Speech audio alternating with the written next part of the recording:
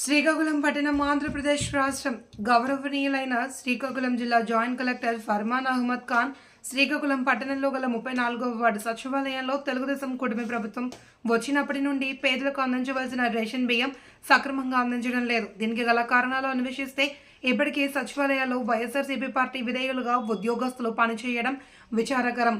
శ్రీకాకుళం పట్టణం నియోజకవర్గం సచివాలయంలో ఉద్యోగస్తులు ఉదయం సమయానికి వచ్చి ఆన్లైన్లో హాజరు నమోదు చేసుకుని తర్వాత ఎక్కడికి వెళ్తున్నారో ఎవరికి తెలియకుండా, అదేవిధంగా రేషన్ సరఫరా చేసే వాహనదారులు ఎప్పుడు ఏ సమయానికి వెళ్తారో ఆ దేవుడికే తెలియాలి. రేషన్ సరఫరా చేసే వాహనదారులు పేద ప్రజలతో నిర్లక్ష్యంగా వ్యవహరిస్తున్నారు. ఎప్పటికైనా శ్రీకాకుళం నియోజకవర్గ ఎమ్మెల్యే గొండు శంకర్, సీనియర్ మంత్రి కింజరాపు అచ్చెన్నాయుడు, పౌర సరఫరాలు సరఫరా చేసే అధికారులు వీరిపై దృష్టి పెట్టి వీరిపై పూర్తి విచారణ చేసి తగు చర్యలు తీసుకోవాల్సిందిగా పట్టణ పేద ప్రజలు కోరుతున్నారు. అదేవిధంగా పూర్తిగా రేషన్ వాహనదారులను రద్దు చేసి పాత పద్ధతి అయిన రేషన్ డీలర్ వ్యవస్థను మరలా తీసుకుని రావాలి అని పేద ప్రజలు ముక్తఖండంతో కోరుకుంటున్నారు.